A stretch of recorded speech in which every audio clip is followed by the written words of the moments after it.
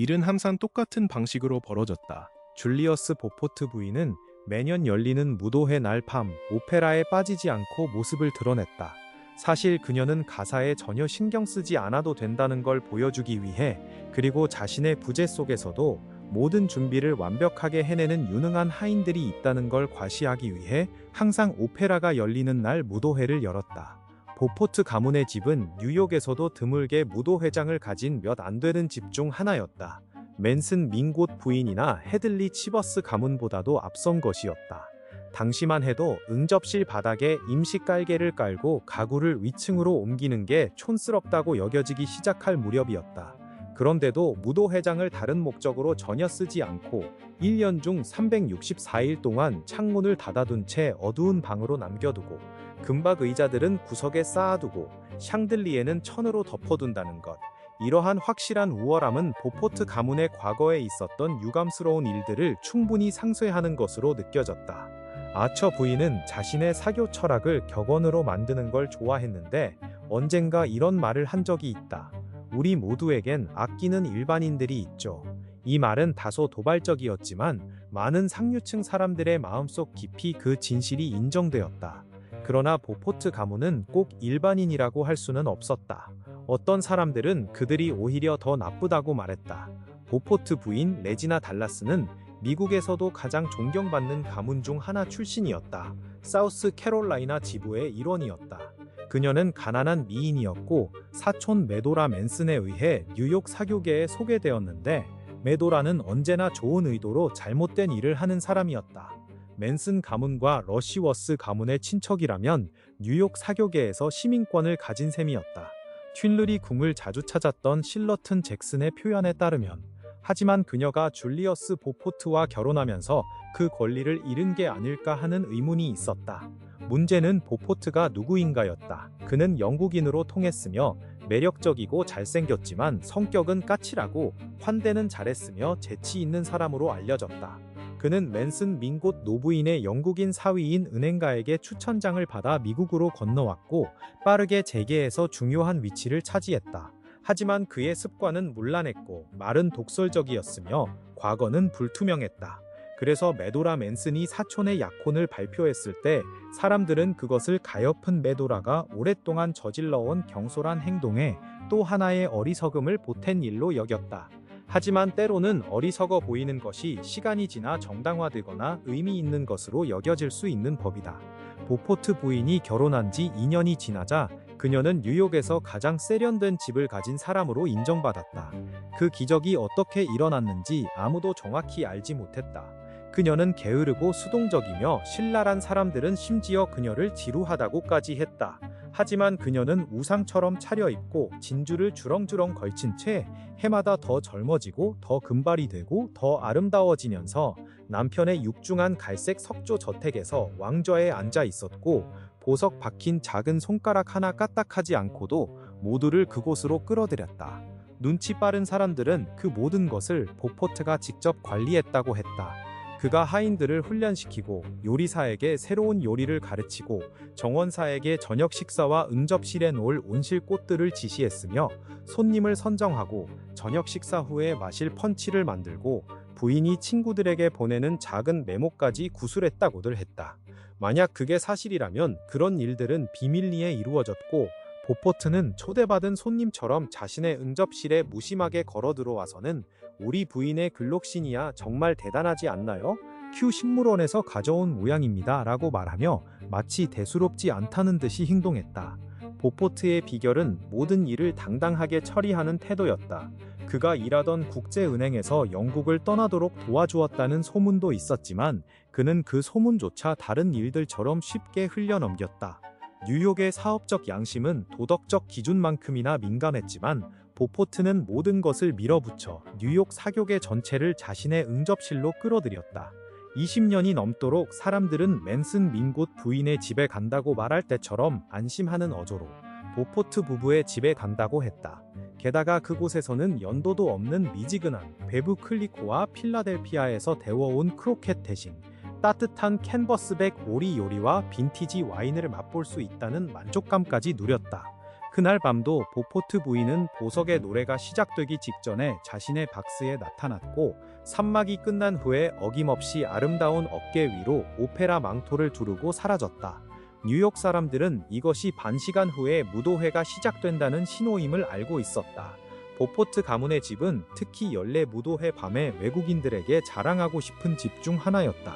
보포트 부부는 뉴욕에서 처음으로 빨간 벨벳 카펫을 소유한 사람들 중 하나였으며, 만찬과 무도회장 의자와 함께 카펫을 빌리는 대신 자기 집 차양 아래서 자기 하인들이 계단에 펼치게 했다.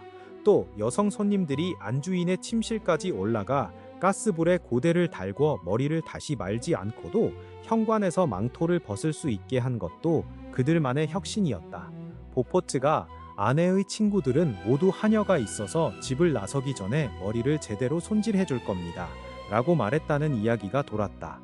그리고 그 집은 과감하게 설계되어 무도회장을 포함하고 있었기 때문에 치버스 가문처럼 좁은 복도를 비집고 지나가지 않고 연이어 연결된 응접실들, 청록색 방, 진홍색 방, 황금빛 방을 장엄하게 지나갈 수 있었다.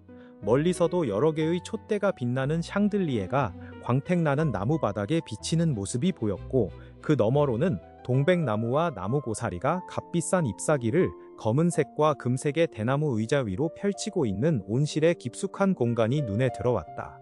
뉴랜드 아처는 자신의 지위에 걸맞게 약간 늦게 나타났다. 그는 비단 스타킹을 신은 하인들에게 외투를 맡겼다. 그 비단 스타킹은 보포트의 몇 안 되는 허영 중 하나였다. 잠시 스페인산 가죽이 걸려있고 별 가구와 공작석으로 장식된 서재에서 몇몇 남자들이 담소를 나누며 무도회용 장갑을 끼는 모습을 지켜보며 시간을 보냈다. 그 후 그는 마침내 보포트 부인이 손님들을 맞이하고 있는 진홍색 응접실 입구에 선 줄에 합류했다. 아처는 뚜렷이 긴장하고 있었다. 그는 오페라가 끝난 후 클럽으로 바로 가지 않았고, 다른 사람들은 주로 그렇게 했다. 날씨가 좋아서 5번가를 따라 한참을 걸은 후에야 보포트 가문의 집으로 향했다. 그는 민곳 가문이 너무 심한 일을 벌일까 두려웠다. 사실 그들이 민곳 노부인의 지시에 따라 올렌스카 백작 부인을 무도회에 데려올지도 모른다는 걱정이 들었다. 그는 클럽 박스에서 느껴진 분위기로 보아 그것이 얼마나 큰 실수가 될 수 있는지 충분히 인지했다. 그는 여전히 이 일을 끝까지 해내겠다는 생각이었지만, 오페라에서 짧게 대화를 나눈 후에는 약혼녀의 사촌인 올렌스카 백작 부인을 끝까지 옹호하려는 마음이 조금은 줄어들었다. 아처는 보포트가 대담하게 걸어둔 논란이 많았던 부게로의 나체화인 사란의 승리가 있는 황금빛 응접실로 향했다. 그곳에서 웰랜드 부인과 그녀의 딸이 무도회장 입구 근처에 서 있는 것을 발견했다. 커플들이 이미 무도회장 바닥을 미끄러지듯 춤추고 있었고, 촛불에 비친 회전하는 튠 치마와 소녀들의 머리를 장식한 작은 꽃들, 그리고 젊은 기혼 여성들의 머리를 장식한 화려한 깃털과 장식들, 윤이 나는 셔츠 앞면과 새로 낀 장갑에서 반짝였다. 메이 웰랜드는 분명 곧 춤에 합류할 예정이었고, 손에는 은방울꽃 부케만 들고 있었다. 그녀는 다른 부케는 들지 않았다. 그녀의 얼굴은 약간 창백했지만 눈은 순수한 흥분으로 빛나고 있었다. 몇몇 젊은 남녀가 그녀 주변에 모여 있었고, 그들 사이에 손을 잡고 웃음과 농담이 오가고 있었다. 약간 떨어져 서 있는 웰랜드 부인은 그 광경을 보며 절제된 만족감을 드러냈다. 메이 웰랜드가 약혼을 발표하고 있는 것이 분명했고, 그녀의 어머니는 그 상황에 맞는 부모의 마지못한 듯한 태도를 취하고 있었다. 아처는 잠시 멈춰섰다. 이 발표는 본인의 강력한 요청에 따라 이루어진 것이었지만 그가 바랐던 방식은 아니었다. 붐비는 무도회장에서 떠들썩하게 자신의 행복을 알리는 것은 마음속 깊은 곳에 있어야 할 사적인 감정을 빼앗는 것 같았다. 그의 기쁨은 매우 깊어서 겉이 흐려져도 본질은 건드리지 못했지만 그는 표면까지도 순수하게 유지하고 싶었다. 메이 웰랜드도 그와 같은 감정을 공유하고 있다는 사실은 약간의 위안이 되었다. 그녀의 눈은 그를 애원하듯 바라보며 이렇게 말하고 있었다. 기억해요. 우리가 이렇게 하는 건 옳기 때문이에요. 아처의 가슴 속에는 이보다 더 직접적인 호소가 있을 수 없었다. 하지만 그는 그들의 행동이 단순히 가엾은 엘렌 올렌스카 때문이 아닌 어떤 이상적인 이유에 의해 정당화되었으면 좋았을 거라고 생각했다. 메이 웰랜드 주변에 모인 무리들은 의미심장한 미소를 띠며 그에게 길을 내주었고, 그는 축하를 나눈 뒤 약혼녀를 무도회장 한가운데로 데리고 가 그녀의 허리에 팔을 둘렀다.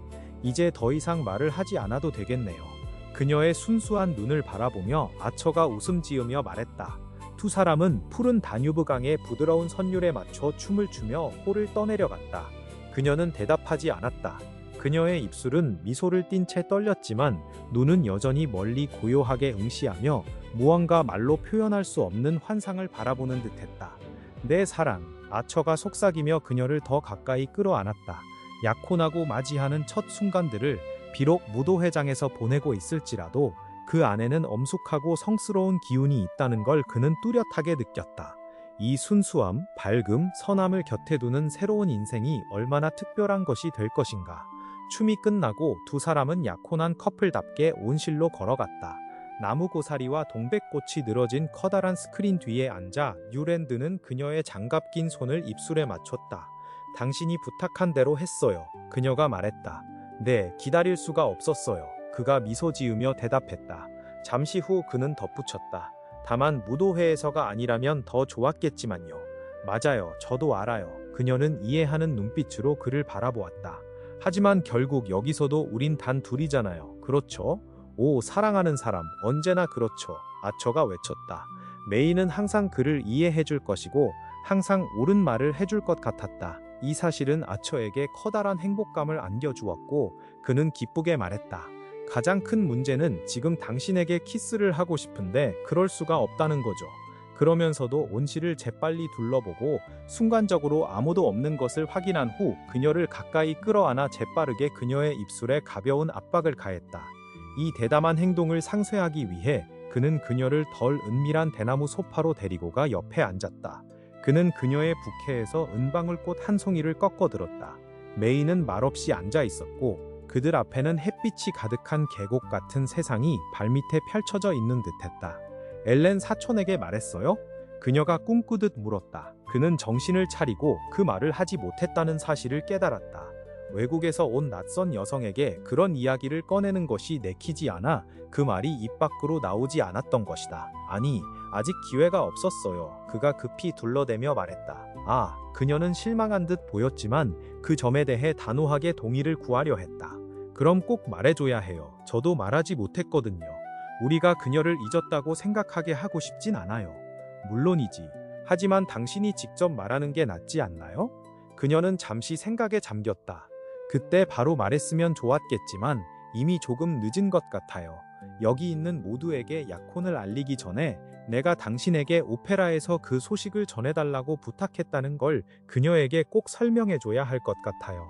그렇지 않으면 우리가 그녀를 잊었다고 생각할 수도 있거든요. 그녀는 가족 중 한 명이니까. 그리고 오랫동안 떨어져 있어서 조금 민감한 상태일 거예요. 아처는 그녀를 따뜻하게 바라보았다. 정말 사랑스러운 천사 같아. 당연히 내가 말할게요. 그는 붐비는 무도회장을 약간 걱정스러운 눈빛으로 바라보았다. 하지만 아직 그녀가 온 걸 보지 못했네요. 그녀가 왔나요? 아니요. 막판에 오지 않기로 결정했어요. 마지막 순간에 애초에 그녀가 무도회에 올 가능성을 생각했다는 사실에 놀라움을 감추지 못한 채 그가 되물었다. 네, 그녀는 춤을 정말 좋아하거든요. 메이가 간단히 말했다. 그런데 갑자기 자기 드레스가 무도회에 어울리지 않는다고 생각했대요. 우리 눈엔 정말 예뻤는데도 말이에요. 그래서 이모가 그녀를 집에 데려다 줘야 했어요. 그렇군요. 아처가 무관심한 듯 행복하게 말했다. 그들이 자라면서 익혀온 불쾌한 것을 외면하는 관습을 끝까지 지키려고 한 그녀가 더없이 만족스러웠다. 메이도 나처럼 엘렌 사촌이 오지 않은 진짜 이유를 잘 알고 있겠지. 아처는 생각했다. 하지만 불쌍한 엘렌 올렌스카의 평판에 이미 들이운 아주 희미한 그림자까지 내가 알고 있다는 기색은 절대로 보이지 않을 거야.